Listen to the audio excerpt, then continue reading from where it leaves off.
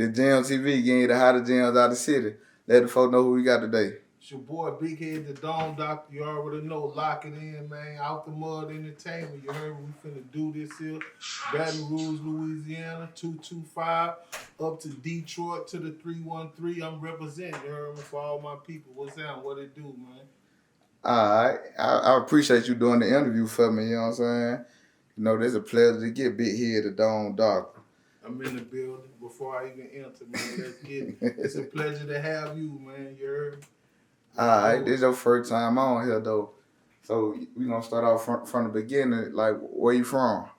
Man, I'm from Southside Baton Rouge, representing. Man, I was born in Detroit, and I moved to Baton Rouge when I was 9. You heard me? And I'm 45 years old, so I've been in Baton Rouge way most of my life. But you know, when you come from a city like Detroit, it don't leave you. You feel what I'm saying? Alright, how moving from Detroit? How y'all end up moving from Detroit to the Baton Rouge? Like first, the crack epidemic hit, and that was like one hard blow to my family. It was hard for us to sustain. But then after the crack epidemic hit, they wanted all the young children who parents had fell victim to using it. They wanted all their children to start selling it for them. So they took over your household. So it was more like they start the big timers start coming after the parents. That was because they was already falling victim, and then they was giving the work to the sons, saying, well, now the sons got to sell the drugs for us. And you know, so my mama had 3 older sons, Brian, DeWan, and Percy, my brothers, and they got caught up in it. They got swept up in it. So she felt like she was trying to save her sons and save herself. And, you know, I was in the mix, but you know, I was too little to count, but I was still in the mix. But anyway, she was trying to save her sons and save herself, so she came to Baton Rouge. So, what year they were? You know what I'm saying? Like 1987, man. 87. Yeah. So that when the crack first hit in Detroit. Nah, the crack had hit about 2 or 3 years. It was first hit in Baton Rouge. Yeah. So it's like hit different places. Like, you know, I had already then started selling crack in Detroit. When I made it here, they was selling powder. You say that like what side you stayed on? East side? Man, we stayed like first I was too young to remember, but then I started remembering everything. But we stayed all over Detroit because we was poor. Yeah. You know, like you move from pillar to post, you stay here, you stay there, you stay here, you stay there. But I remember 7 Mile because that's where we hung and waited on people to come through slipping, you know, and take their bikes, you know, and stuff like that. Take whatever they had and move however we moved. I remember Belle Isle because we used to go to Belle Isle and snatch purses or whatever we could snatch. I remember Hamtramck because they used to load up the bags and give them to me, and I used to run out the door with them, you know. So I remember West Side because my daddy got shot. Like the 1 or 2 times we was there, I was ever with my daddy. One of those times he got shot, and I was with him, and he got shot.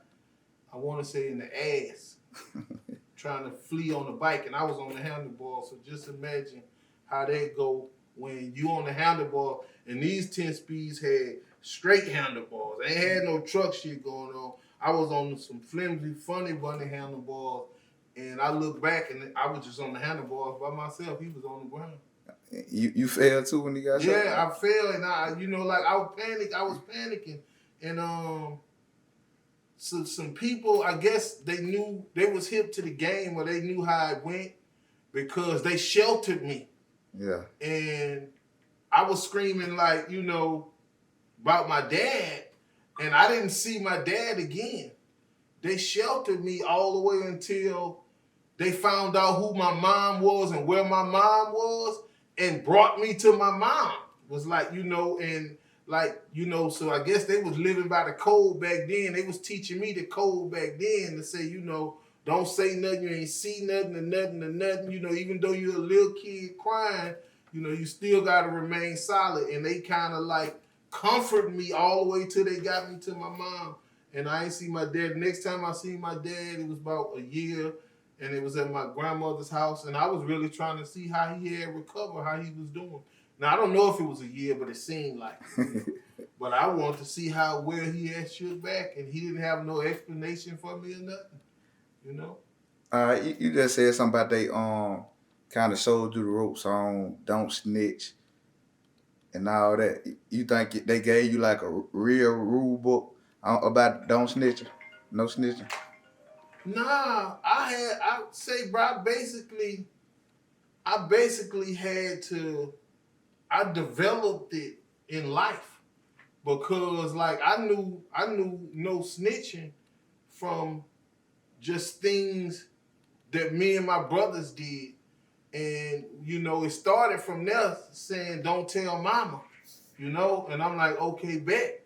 And then, you know, it just grew into me knowing, you know, not to say this. And then, like, I done been in situations where the police was involved and I saw how it played out and nobody wanted to be held responsible for calling the police. They like, nah, it wasn't me. No, it wasn't me. You know, I'm like 8, 9 years old, but I'm seeing this play out. People like, no, I ain't called them. So then the police start telling the people the phone number that called them. Oh, this number called us. So you did call them. And then, you know, it just always was something that was not, you know, not allowed to do in the hood, especially when you live in places where it's illegal. When you live illegal, like, you know, they got drug activity, you know, they got prostitution, you know, they got bull dagging and sissy fagging and all this other shit just going on around you. You know, when you call the police, if they pull up, somebody's going to jail. So, you know, it's different when you live like that, when you come like that, and that's what it always been for me. It ain't never been nothing else. All right, I asked you that because you seen what 10 out of Jake just had. They had him saying he snitched. You seen that? I seen. I don't know, bro. I know he refiled a grievance or something like that. But see, this the thing about that, bro. Like, internet dudes can snitch.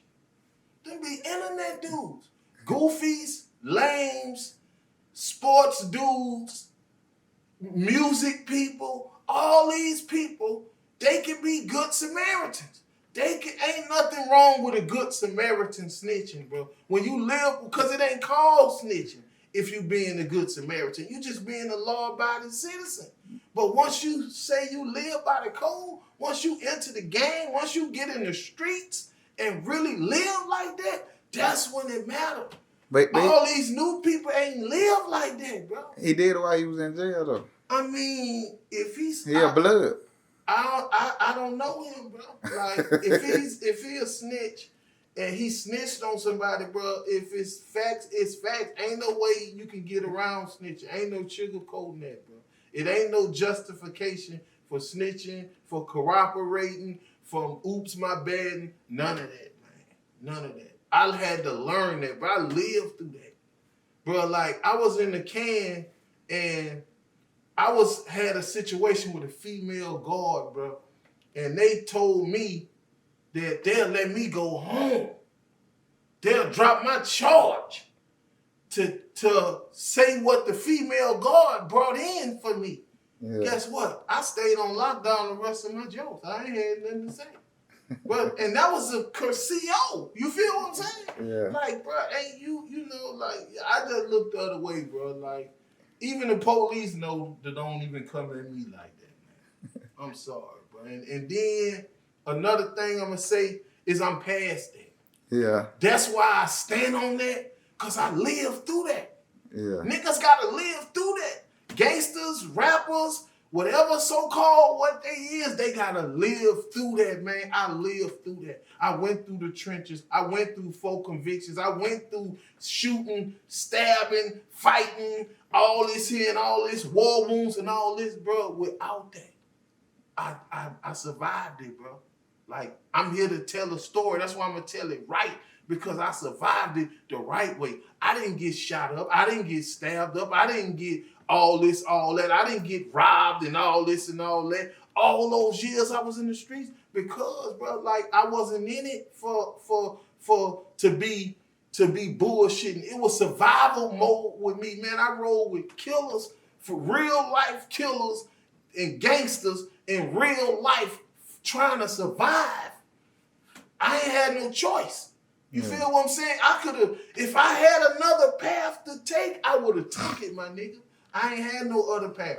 I'm a self-made nigga. My mama ain't teach me shit. My daddy ain't teach me shit. They didn't give me shit. They didn't buy me shit. Not saying that they mistreated me because of the circumstances. They didn't have shit they self. But I'm just saying, bro, like I didn't have those resources and those pitches or those hand-me-downs or those inheritance or those grandfathers to catch your slack. I didn't have that. All I had was the streets, the trenches. I dug them. I wasn't just in them. I dug them. Like a thug, man, bro. A lot of people still don't know what a thug was, but when I showed up, I showed them. When you 10 years old smoking cigarettes and got a bandana holding your pants up with some hand-me-down jabos on and some size 2 big travel fox that you didn't got from one of your big OGs, that what a thug was. They didn't know. I had to show them. You feel me? So, you know, like, it's deep with me, bro. Like, and I lived through it. I lived through it. Like, I work for God now just because I lived through it. Just because. I lived through it. But you actually interviewing somebody that lived through it. If I die today, I die real. If somebody killed me, they didn't kill me because of nothing I done or how I went or nothing like that, because I stood up and I faced all my files, everything I did wrong, I cleaned it up. My karma come to me is good karma. My new kids get the good karma. My older kids might got the bad karma. I'm sorry. But I've been right so long, but I done changed it up, bro. You feel me? So I don't mind telling it. Like, I stood on it. I still stand on it. And all I could tell the people out there is get like me, man. So that was then, you know what I'm saying? You said that was your definition of real. Like, what's your definition of real and thugging now? Well, thugging, I don't know what the definition of thugging, because I'm not a thug no more. Like, that's a mentality. You feel me? So if I get in that thug mentality, then it is what it is. I be more thugged out dealing with females because it be the same lifestyle. You know what I'm saying? But other than that, I don't be trying to be thugging or gangster or none of that, because, like I say, I'm past that. You know? All right. So I can't define today's definition of none of that, because it ain't what it was back then. I can tell you that. All right. So how you got into music? Who? Music. How you got into music? Yeah. Well, I've been into music. Like, music was my comfort. Music was what carried me this far, all the way through the struggle and the pain, the hardships, the ups and downs, the being hungry at night, the being lonely, being in the dark with just a little radio with batteries. Like, music was my comfort zone. Like, music was like God to me. Before I found God, it was music. Like, it was, and then because it was always changing. You know, it went from LL Cool J music that was courage. You know, he was bad, he needed love, all that. You know, it was that kind of music. And then it was the Michael Jackson and the Jackson 5, because I had brothers and, you know, we wanted to, you know, be famous and stars and big. So, you know, it was all type of music. But I was always involved with music, like from rhythm, you know, from dancing to beatboxing to rapping. If I would sing if I sounded good, you know. Like, I listen to slow music. Like, now that's what I listen to. 45, I don't listen to rap. Yeah. I listen to me. You know what I'm saying? I don't even listen to rap at this point. So who was the first person took you to the studio? The first person took me to the studio had to be Lee Lucas. Had to be to the studio. Had to be Lee Lucas. Yeah. Lee Lucas. Yeah, like Lee Lucas was the first one took me to the studio, and I want to say the guy name was Tommy Jefferson or something, and we recorded on the reel to reel. Yeah. So how big was Lee Lucas, you know what I'm saying, to Baton Rouge? Well, Lee Lucas was bigger than Baton Rouge. Like I'm blessed and fortunate enough to know several people or came up around several individuals that actually became bigger than Baton Rouge, and especially back then, like Lee was bigger than Baton Rouge back then. You know, he climbed the ranks, like, and I watched him. You know, he went from 17th Street crew, you know, Glasgow Middle, or, you know, however it went to, you know, Big L, Lee Lucas. All right. I seen you, like in a lot of your interviews, you talked about the game room. Definitely. Like, explain to the people, because outside, you know what I'm saying, outside of y'all city, we don't know what I got what you said after I listened to a couple of them, but it kind of explained to the people what the game room was. Well, the game room, where it started off a game room, and it became so, you know, flamboyant to where it became more like a club. But we still called it the game room because I guess the dudes who owned it, Sienna and BK, and, you know, like, they was trying to keep it a low profile, but really it was like the rawest club in the city at the time. And it was for juveniles, and it was so raw that adults used to come. So what happened is, like, they had the plug on talent, which was connected to New Orleans. BK had the plug to New Orleans. Sienna had the bread. So they was unlimited resources from New Orleans. So that's where the CashMoneys and the big boys and, you know, the mobile camps and all them came in that back then. Like, I got a whiff of them early. So y'all did talent shows and all, like open mics or something like that? Nah, because it was basically, it started off dancing, and the talent started coming. Yeah. You know, and so they was rapping. This wasn't no talent show. These are rappers from New Orleans. Like, it might have started with DJ Jubilee and the guys that was with him. And then it went from him to Joe Black to, you know, more, it got more of an MCing thing. So then about time we got to some that came all the time, UNLV, and, you know, some that came regular, I was like, oh, I can rap. Like, I been knew how to rap. Like, I was rapping from day one. You heard me? So they gave me the mic, and they, you know, they had the trigger man be,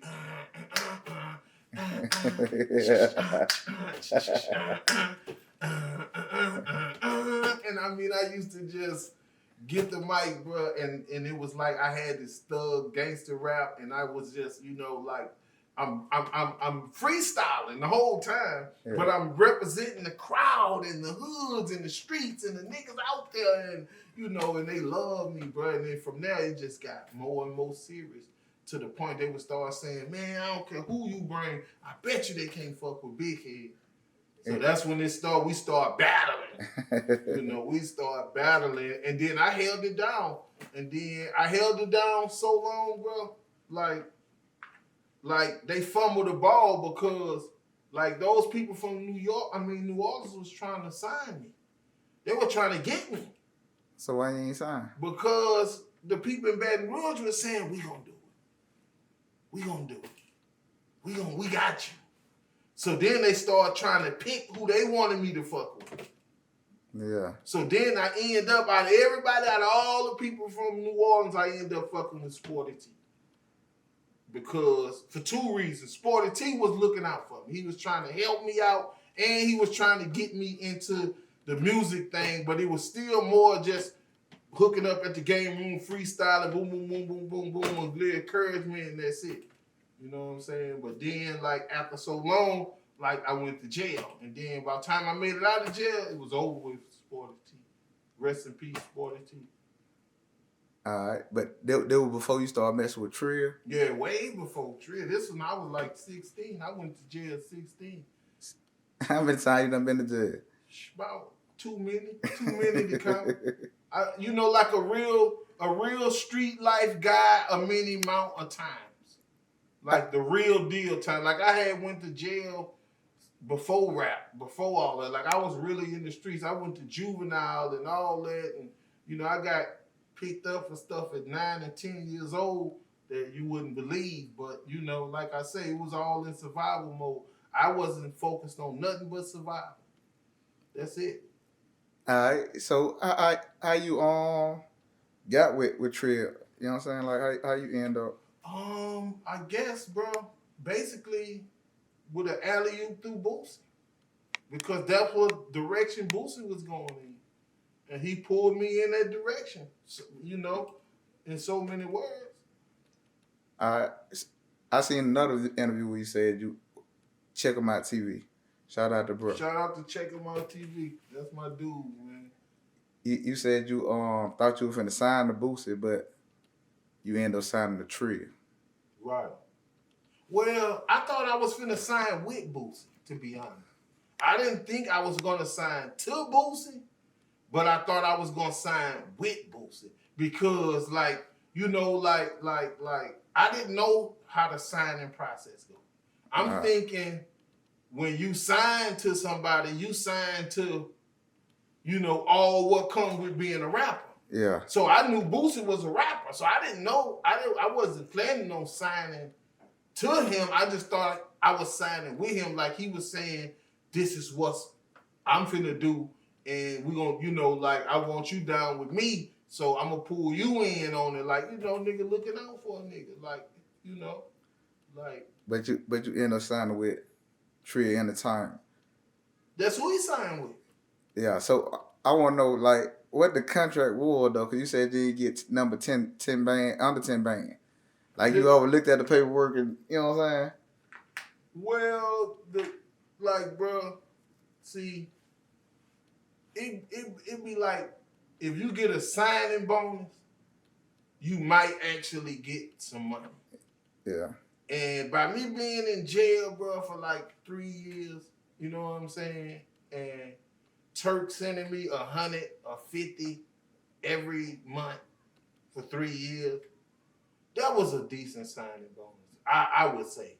You feel me? Like, that was enough for me to say, fuck, I can look past all this. You know, but I'm tripping. I was tripping because that was real nigga doing real nigga shit anyway on the street tip. Yeah. Music shit ain't had nothing to do with that. But I was just, you know, that I was like, that was enough for me to just go ahead on and sign the contract. But I ain't get shit, man. Like, I ain't get shit. But I appreciated that, though. All right, cause you know what I'm saying? Like, that was about the time you went to Poppy, you know what I'm saying? Like, I heard the way you were snapping on that, it going down in the remix, you know what I'm saying? Like, yeah. See, like, we re-signed contracts. Like, the contract where I signed then, at first, like, I guess that one was a local contract. But then, I guess we signed nationwide contracts the second time.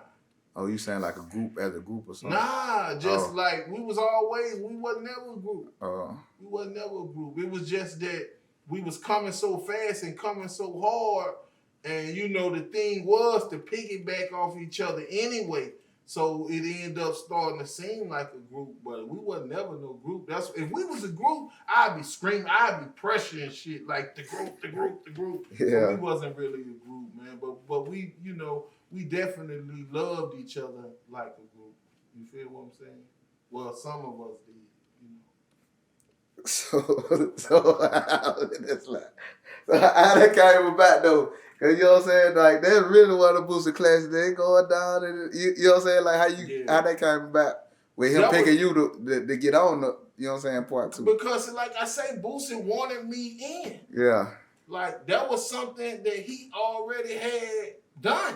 Yeah. Like it's going down while I roam and it's yeah, that's what I'm saying. You know, that's a classic. That's what I'm saying. Why? That's why I want to know why. So you know, it was like I say, bro. He wanted me. He definitely wanted me to be a part of it, and he wanted me to make it. And he knew I was holding it down for the U. I made the UPT. Yeah. See, it was just the top at first. It wasn't no UPT. Hold on, explain to people because sometimes they get confused if they don't know. Okay, Southside Baton Rouge. Yeah. It had the bottom and the top. And they called the bottom the SSB and they called the top the top. Yeah. But I felt like it was just basically all the bottom. And like the top was just, it didn't have a mainline representative to actually, you know, to change anything. So everybody else was just going along with it. Everybody else was just going along with it. So me and it wasn't totally my idea.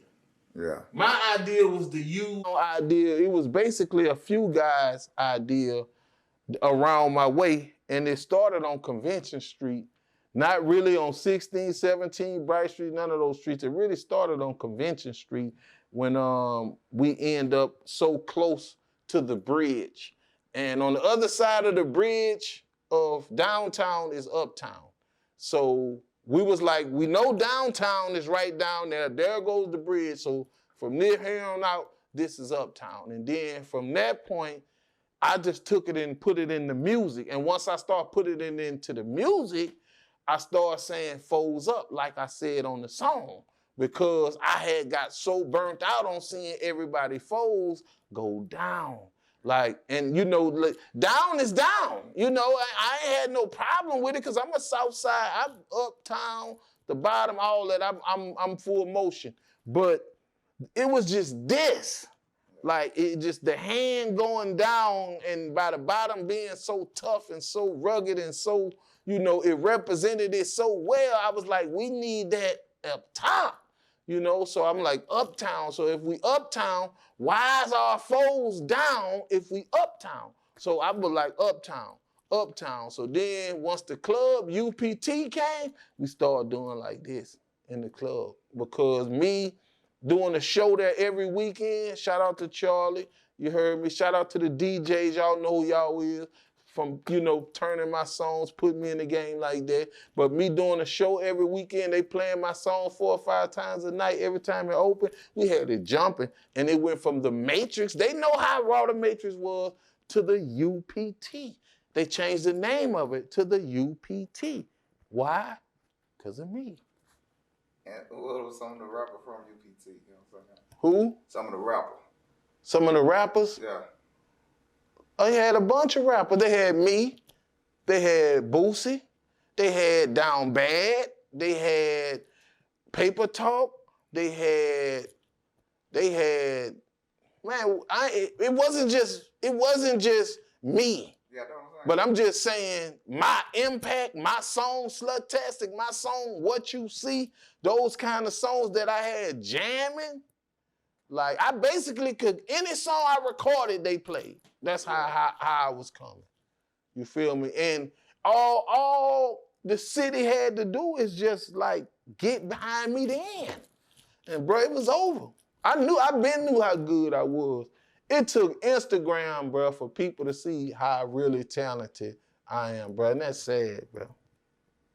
So you think the city support local, you know what I'm saying? At that time, they were supporting local rappers, they were dick riding, like how you look? Bro, they would support me all, they supported me doing my own thing. Yeah. All the way till I got with Trill. And they supported me. They supported me like crazy then. Like, people I knew my whole life, or what people that I've been knowing was acting like groupies and girls was doing weird shit and niggas was acting, you know, zesty and all this type of shit once I got with Trill. But it's like, it's almost like the whole city worked for Trill. Trill was really helping people. You know, like they was creating unity in the city if they didn't do nothing else. And I ain't seen nobody else do that like Trill. Nobody else had those Trill events and, had those movie scenes and those video shoots and those cookouts and those giveaways and those, here go Boosie, here go Webby, here go Big Head, here go Fox, here go Fat, here go the fam just out here in the streets. Like, I ain't seen nobody do it like that, but, that's basically how it played out. And to this day, like, when I walked away, it's like the fan said, we ain't rocking with you no more. Now, why did you walk away? You know what I'm saying? Because I was getting ultimatums of saying, you ain't gonna actually get what you're looking for in this situation. But you welcome to be a part of this situation. And I was like, when you come from nothing, you can't pretend like you got something. Because everybody that you're affiliated with, akin to, or love you, they still don't got nothing. Yeah. So it's like I had to choose, pretend like I got something, and hurt all the people that love me and I love, or just go head on and get out there with nothing and get it out the mud. At least the people that love you and you love, they'll know what's up, Because it's a lot of bad bones and bad blood in Baton Rouge now because of all the rappers and all the broke families and all the broken homes and all the soul dreams and all the people that they gave up on people and people that tried to do this and, all the negativity, like, people don't even support people no more with it like they used to. You got to turn to the internet. So, but don't rappers, to you, do you think rappers got to do that now? Like, act like they got it to get on? I mean, I don't know, bro, because it ain't about acting like you got it, because it's a certain amount of time that you put into it to get it. You don't walk up, like I told you, I wasn't tripping on getting nothing. Yeah. I wanted something once I started earning it. Once I started doing this and doing that and doing this and on that and just a little too much to be broke. It's like, nah, man, I don't need that. I don't need the books. Yeah. I don't need what I feel like you owe me. You might ain't owe me nothing. I might was just being naive because I came from nothing and was tired of having nothing and knew nothing from nothing, leave nothing. So I'm like, shit. I mean. So, you know what I'm saying? It was like you just got a cosign and that was it. Really. I mean, it was like I got an opportunity, and I'm thankful for the opportunity, man. All right. So, you didn't get paid out audios. Man, you had hits. You was on hits. Like, you know what I'm saying? You didn't get paid no bread for none of that. Audios. If, to my knowledge, ain't nobody get no bread from none of that. Unless a nigga just capping, because Black Rob ain't getting no bread for Whoa. Rest in peace, Black Rob. A-Ball and MJG probably ain't getting no bread for Crumbs the Bricks. Coming out hard. Like, nobody got bread. It wasn't the giving bread era. The internet created the giving bread era. Nobody got bread.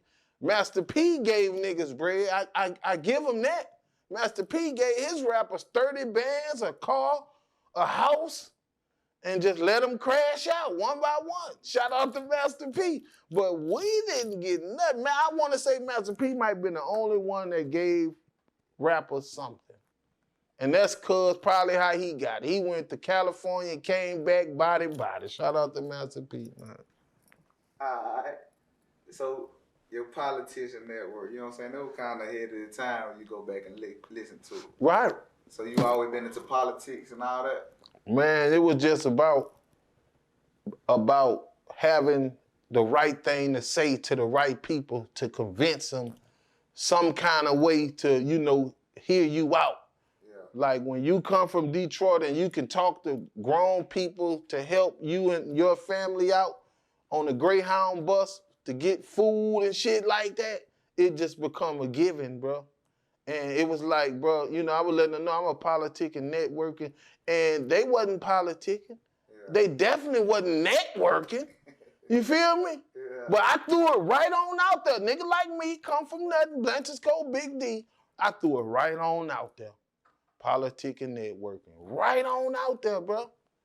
And some people caught it like, yeah, bro, that was some amazing shit. Even Trill caught it because out of all the songs I did, that's the one they picked, you know? And I was like, man, I got some way colder songs than that, but that's the one they picked. And I'm like, okay, cool, but it was futuristic. Yeah. You think you going against the grain all the time, speak your mind, kind of head to back, or like? I mean, it depends on what's the grain, because a leader have his own grain. Yeah. There ain't no grain for no leader. You lead. The grain is for followers. Yeah. So, you know, I always been a leader if I ain't been nothing, bro. Like, I'm a good team player. You know, I'm loyal to the end, but I'm a leader. I come in to lead. I come in to lead with leading ideas, leading, you know, vocals, leading topics, you know, like that's what I do, man. All right, you just said something about team. You seen what Charleston White said today about Dion? Nah, but I bet you it was some goofy shit. Charleston White got something to say about anybody that somebody else got something to say about. That nigga jealous of anybody in any lane, and I don't know why, bro. Like, man, bro, I seriously hope that whatever he trying to prove, bro, he gonna prove it, cause he been not been accepted. He's not been accepted in the streets. He ain't been accepted by the reformed child program. He wasn't accepted by the homosexuals. He wasn't he been kicked out of so many places he tried to be to where he just mad at the world. And I don't see why he try to stir up things like he do, because he'll sit back and say, well, I ain't trying to hurt nobody or nothing like that. But some people, just all they have is their feelings. That's it. So how you ain't trying to hurt nobody when you talking about stuff that with people, it don't got nothing to do with you, bro. And it be personal to me, because when you speak about Boosie and some of the things that he got involved in, I've been right there on hand, on site, for whatever the situation may be, for whoever cried, for whoever died, for whoever family, for whoever mama, for whoever sister, for whoever brother. And man, this dude don't know them people, bro. He don't know them people. He don't care about them people.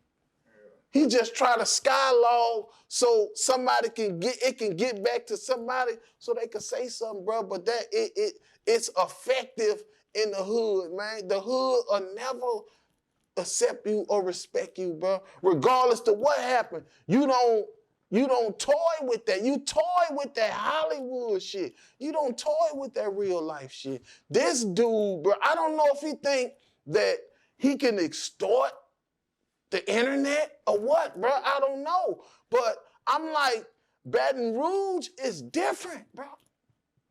Like we got dudes, bro. Like, he ain't gonna come to Baton Rouge because they got dudes that's gonna crash out for no reason at all. They'll crash out on me. So you know when you have when you feel like you could just toy with Boosie, bro.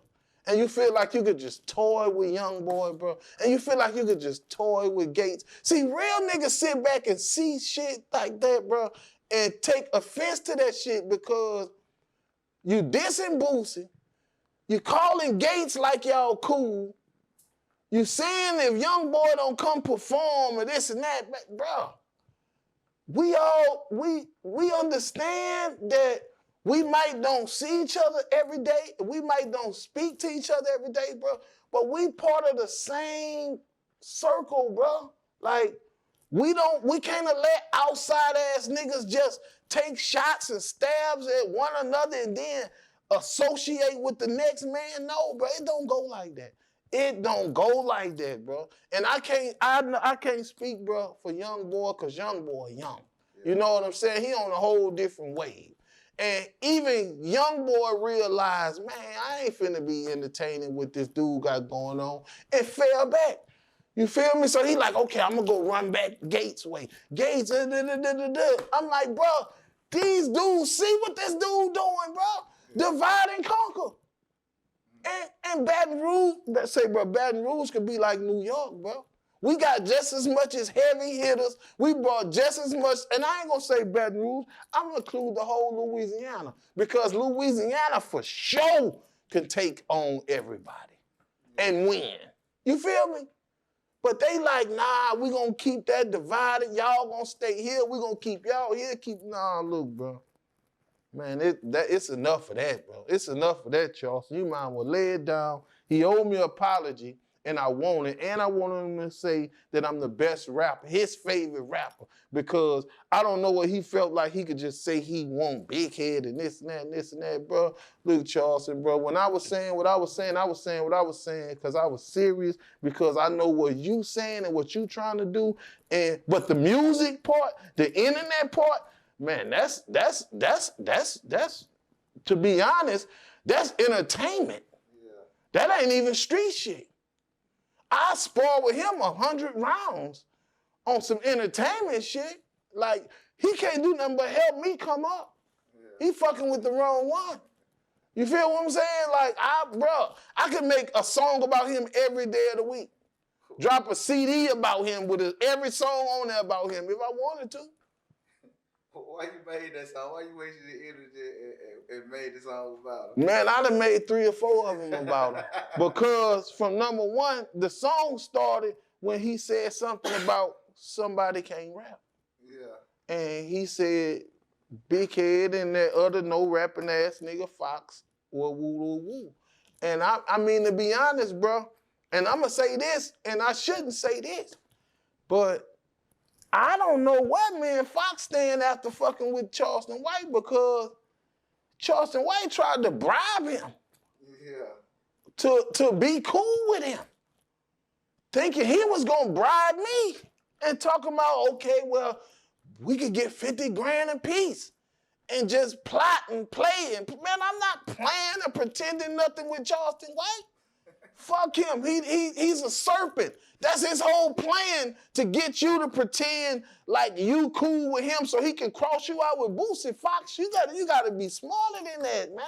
He's a triple cross. Yeah, bro. Like, fuck no, I don't want to talk to him. Fuck no, I don't want to see him. Fuck no, he's sending me messages and all that. Man, bro, you don't do that, man. That man don't give a fuck about you. If he did, he'd just reach out and help you or something, man. Don't fall for no banana in the tailpipe. Nobody. I don't want none of my niggas, nobody I fuck with, nobody I represent, none of my proteges, nobody I rap with, nobody from Baton Rouge, nobody from Louisiana. Man, don't fall for no banana in the tailpipe, man. No, bro. Definitely not, bro. The internet cool, bro. I appreciate the internet. I appreciate the podcasters. I appreciate the interviews. But shit, ain't no goofy shit going on, man. I'm sorry. Hello. You keep saying something about the goof. I'm doing the interview though. Hello. I'm with it, bro. You gonna blame the bloggers? You gonna blame people that do the interview? Nah, bro. It don't be the bloggers. It really be the ones that don't peep the interview.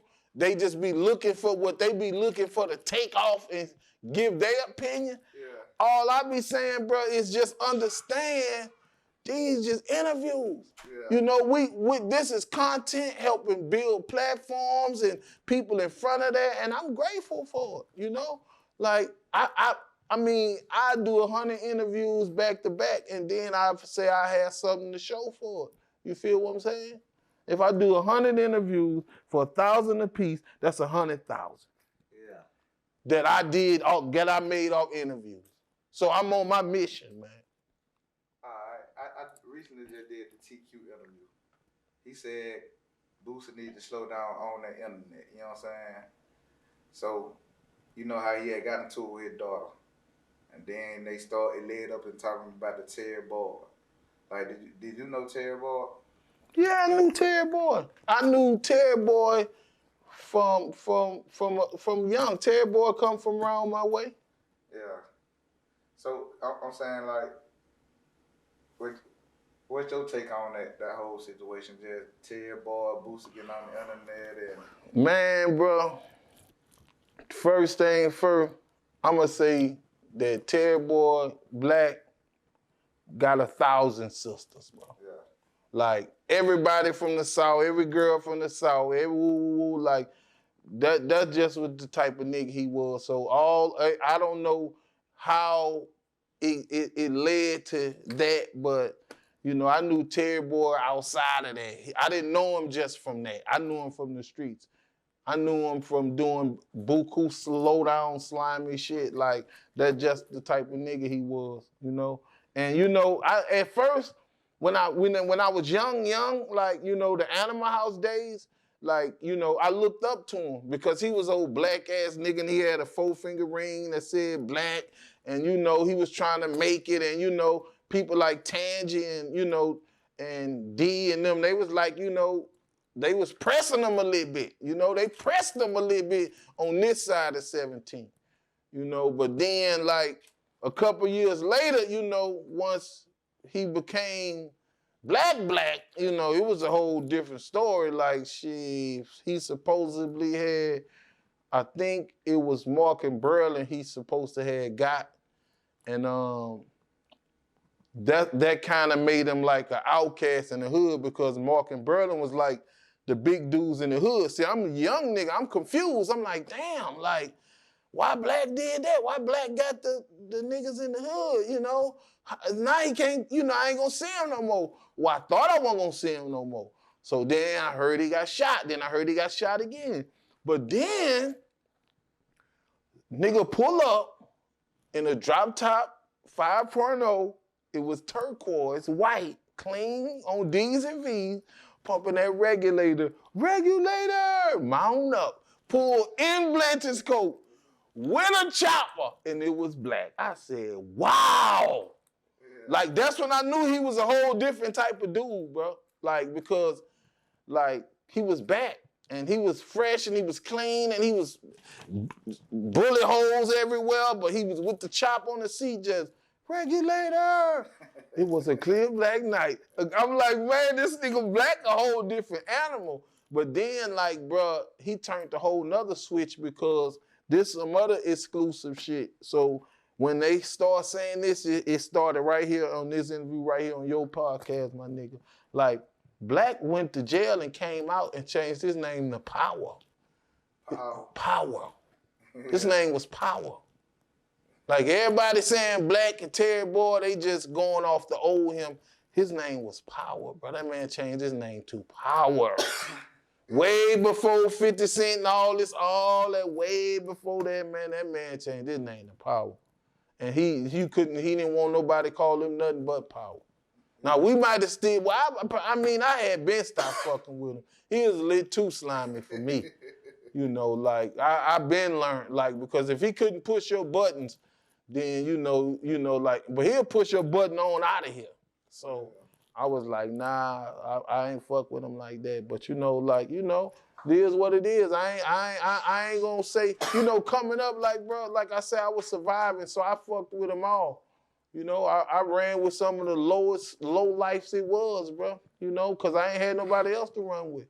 So that's just how it went, bro. So, you know, shout out to them, you know, shout out to his family. Shout out to his sister and them, you know, and shout out to Boo, you know. All right, you said it's slimy down here. Like, Louisiana got that no second chance rule, you know what I'm saying? Yeah, ain't no second chance, bro. Ain't no, and I think that's not fair. Yeah. Because Louisiana and, like, say for instance, Las Vegas and California and places like that, you can kill somebody and get 10 years, 15 years, you know?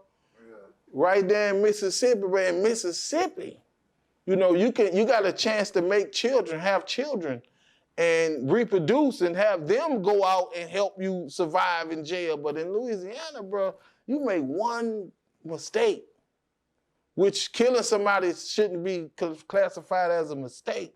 But sometimes you be too young. You be pressured out, anything. And now they let women get away with it all day long. All they got to say, nigga hit me. Yeah. He dead as shit, but I mean, bro. So how many people you lost to, you know what I'm saying, to that though? Man, I lost too many people. I lost just as many people dead in the streets in Angola, state penitentiary. About 100 in Angola and about 100 in the streets, Southside Baton Rouge. Yeah. And a couple more outside of Southside after I grew out of just being in the hood, nigga. I lost a few friends from other parts of Baton Rouge. You heard me? Hey, I want to ask you, like, do you know any successful street niggas? You know what I'm saying? Like, for his... Successful street niggas, no. Because if you still a street nigga, you can't be successful. Success ain't in the streets no more. It's just hate and, you know, conspiracies and extortion and fraudulent. So, ain't no success in the streets. I see, like, I would suggest, like, and I tell them all the time, like, and I've been telling them from day one, bro, put y'all money on me. Just know how to put it. Yeah. You know, I done seen a lot of niggas lose hundreds of thousands and all this, and some lost their life, you know, and had a chance 10 times over, and see me and be like, and I be still at it, and I be like, bro, that little boost, what you would have did, it would have put both of us in it. But nah, you chose to, you know, do what you did. Cause I mean, it ain't a drug dealer in my hood that was on that didn't say at one point in time, man, let's do this rap shit. Except the ones that should have fucking said it. The ones that should have said it was just judging me off me. You know, where I come from, how I was living and shit like that, and didn't think it was possible. But all the ones that wanted something else, they was, come on. Man, shout out to Delmas. Delmas hooked me up with about 5 or 6 people from No Limit. Yeah. But they was artists. You know, and they was complaining. Yeah. And I'm like, boy, if I get in your shoes, it's over. But then, before you know it, I was tangled in with Trill. But I was like, bro, I had my, you know, I've been around like old Thot. I've been around. Thot Boy Raggedy been around, man. I've been around. You just said that, you know what I'm saying? Where's your beef with Sexy Red? I really don't have no beef with Sexy Red, but I feel now, though, that Sexy Red took my song, my Ski Lee, and made Ski Yee. And all she got to do is just keep it real and say that. I ain't even the type of nigga to trip. Yeah. You know, I just be wanting people to know, bro, I'm a musical genius. Regardless how I look, regardless where I come from, bro, I'm a musical genius still, bro. And every 2 or 3, 4, 5 months, something I put on Facebook or the internet pops up on somebody's song. So she said she stole it. Man, look, all you gotta do is just go look. My song, and I did it on Glorilla Beat. Yeah. I'm outside. It got a video and everything. And I'm knowing she saw it.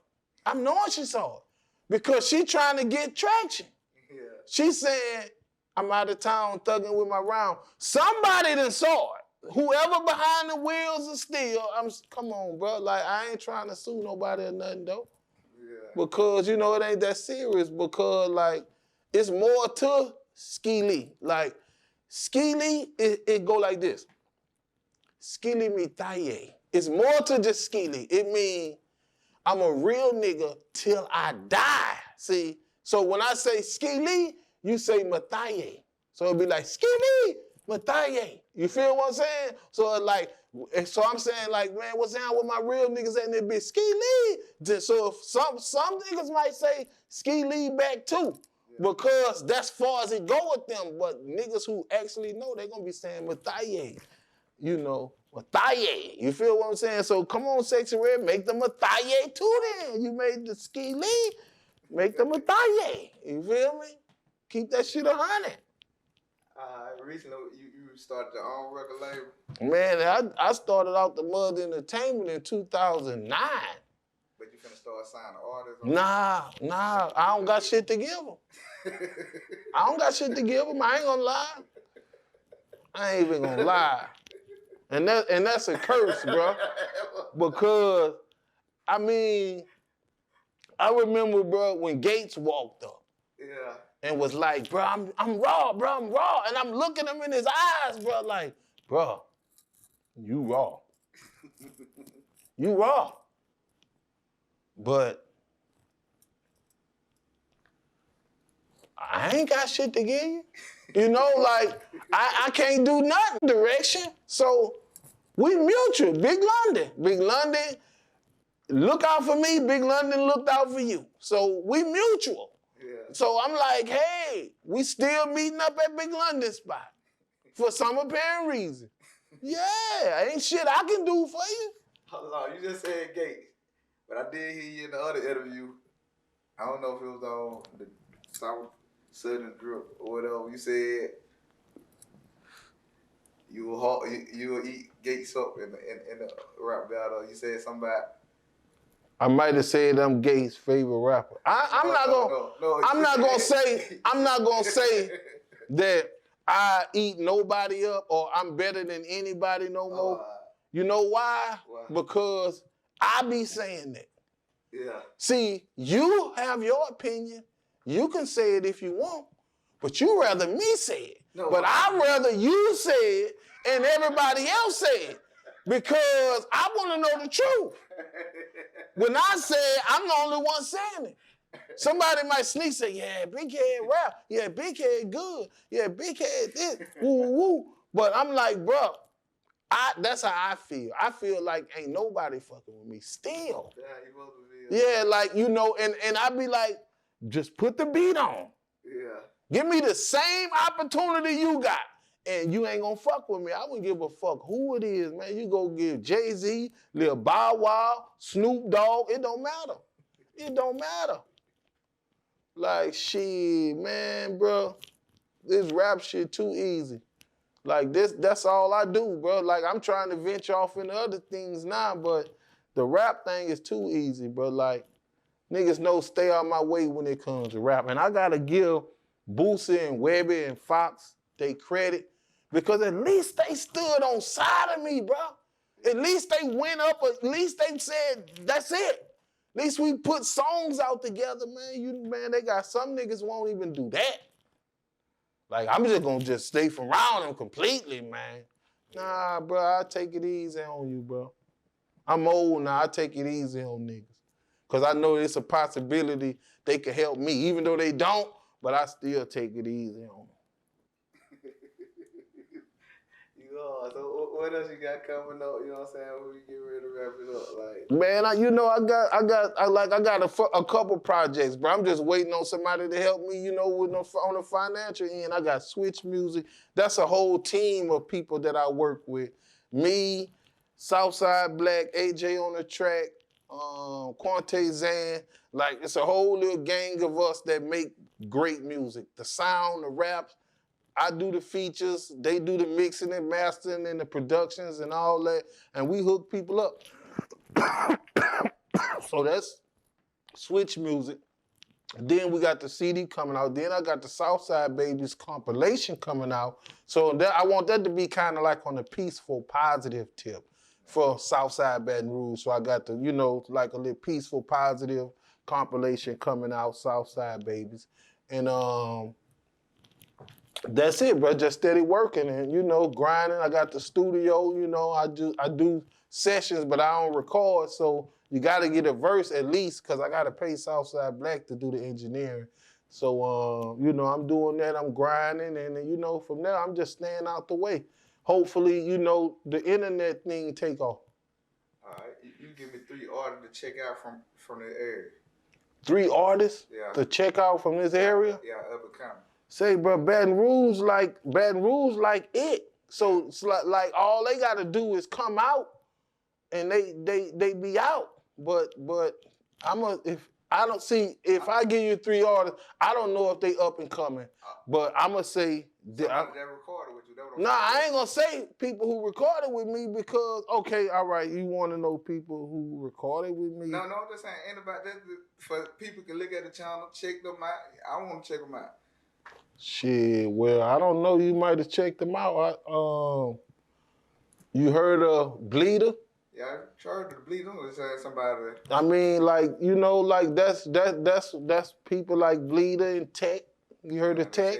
Yeah, see, that's what I'm saying. Like I'm old school. I don't go too far into it. You know, like I was a Boulevard Quick fan. You know what I'm saying? Like you know, I was going like it. I don't get into the like the rap that come to me, it either be on the radio or it be something like, okay, well, you know HD for president? Yeah, I know HD. Yeah, see, that's what I'm saying. Yeah. Like, I don't really know nobody that you don't know. I'm just saying for the fans, for the people who come from Mobile, sometimes they don't. Okay, well, all right, well, they got Correct Productions. Yeah. And they got Mike Gutter. They got Lil G. Yeah, see, I ain't never heard. They got Self-Made. They got Tamar Divine, I want to say the name. They got Quante Zan, definitely check him out. And let me see. Who else they got that I know? Okay, well, they got this new young lady coming from Southside Baton Rouge. I'm really thinking she gonna be a problem when she come out. Shout out to Cash App the rapper. Because she gonna be a fool when she come out. You know, like how they got all the other Sexy Reds and the Glorrillas and the other ones and all this. They got one from Baton Rouge coming. You heard me? They got one. I ain't gonna gas because, you know, like when I don't want people I don't want to expose nobody's hands so people can start hating on them and all that or try to, you know, throw shade, but she coming. And Honda girl Nana, you heard me? Like she doing her thing. And Skinny, Big Skinny. Now Skinny, this is where the problem is with Skinny. Now, when we did the video, and I was saying, Ski Lee, she run to me, that's fire. Sound like you saying Skinny. Yeah. So I'm like, nah, I'm saying Ski Lee. That means something. That's a real nigga G call. But if you want to make a song saying Skinny, I back you. I support it. I help you make it. Okay.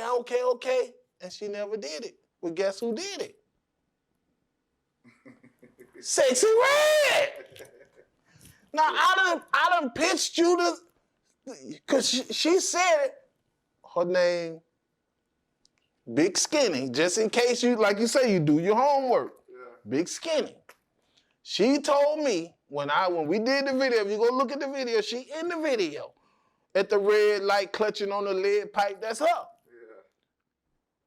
She tell me, that shit fire. How you saying that? And I'm just saying, Ski Lee at the beginning of the song. Yeah. But I said like a hook, you feel me? And she said it. She said, bro, that's fire. Bro, woo, woo, woo. And I'm like, okay, cool, do it. She should have did it. So shout out to Big Skinny, you should have did it. YP, shout out to y'all. She should have did it, bro. She had the right idea. I gave her the motion. And just think somebody way from St. Louis did it. They way. And then Sexy Red did it her way, so I salute Sexy Red. I don't got no problem with Sexy Red because like Sexy Red got a big neck. See, if Sexy Red neck didn't look like a nigga neck, I'd really be digging Sexy Red. I would. I ain't trying to be on no funny shit, but you know, I'm an institutionalized nigga. Like, I peep shit like that. I see shit through G shit. So, like when I first heard the song, like I instantly fell in love with the thot music. I instantly fell in love with it, and I was just in love with them.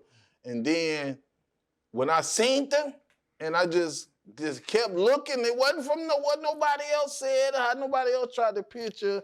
I just kept looking, and I said, like, you doing too much with the lips. You got the extra stuff in there, but the neck is just, it's like you got a strong neck.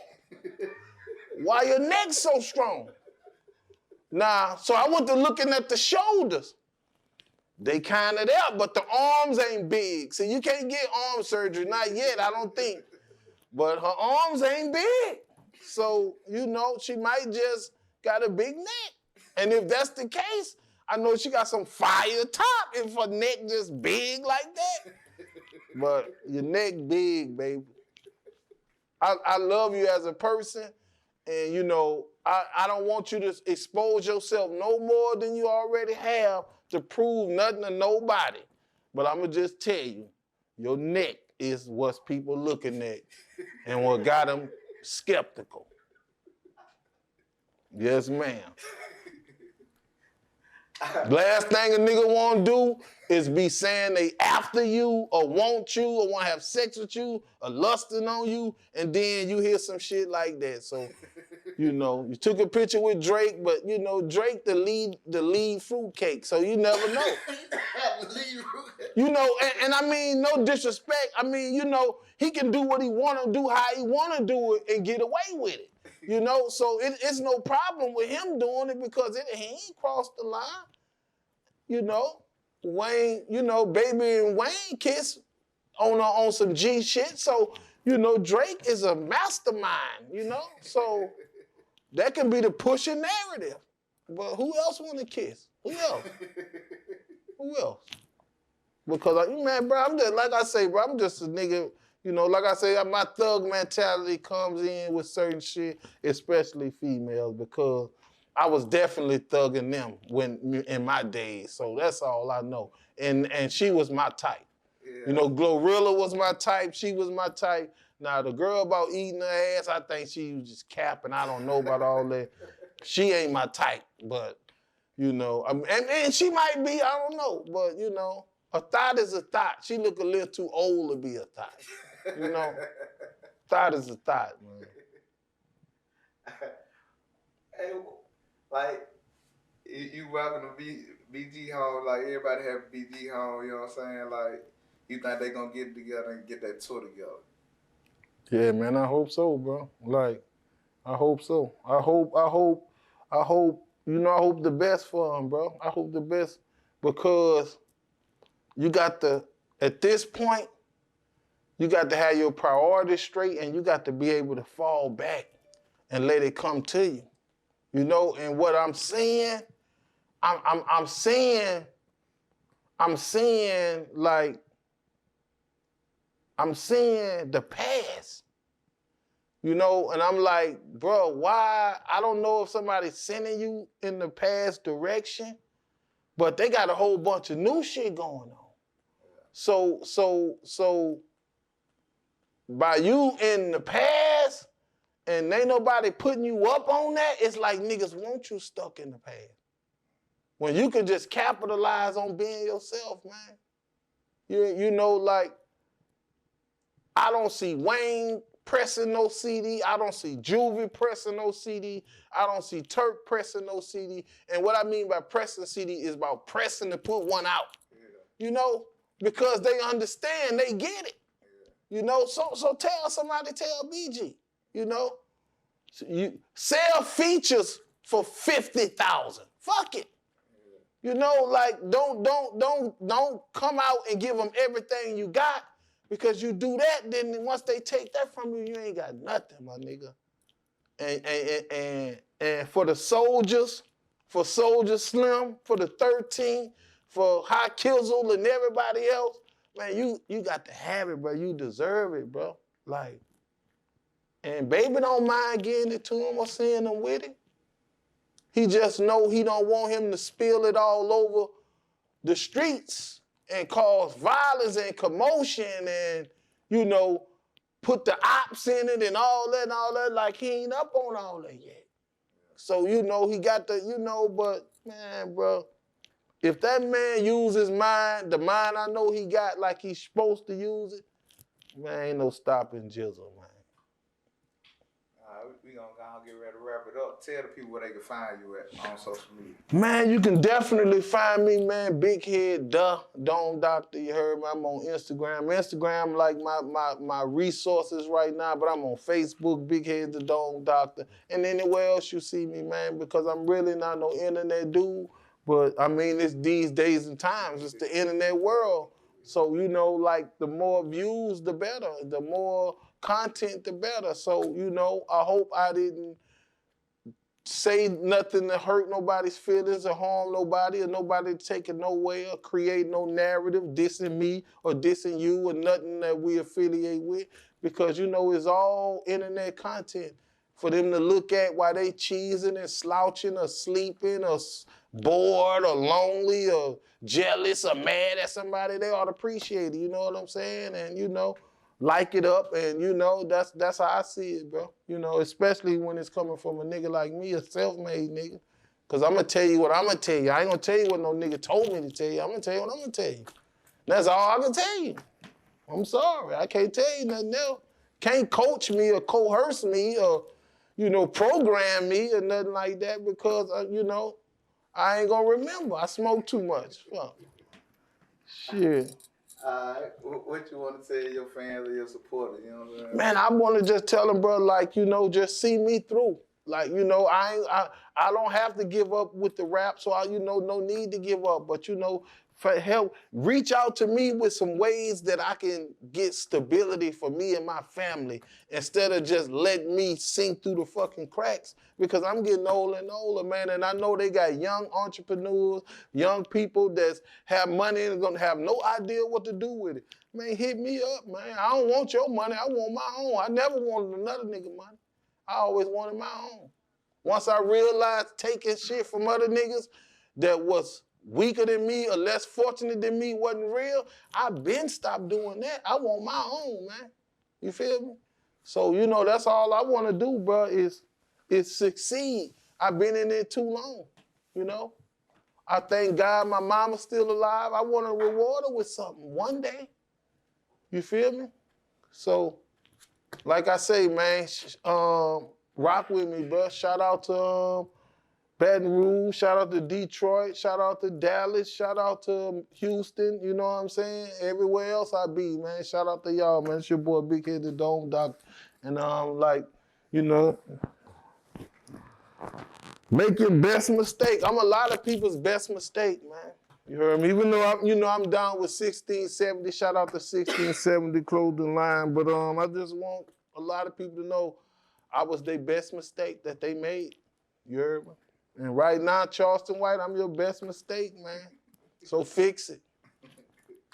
All right, shout out to G3MSTV before we get out of here. Man, shout out to G3MSTV, bringing you the jams, man. Real life street, you know it is what it is, man. So, you know, we gonna jam and we gonna stick together like jam, you heard me? All right, this G3MSTV gave you the hottest jams out of the city.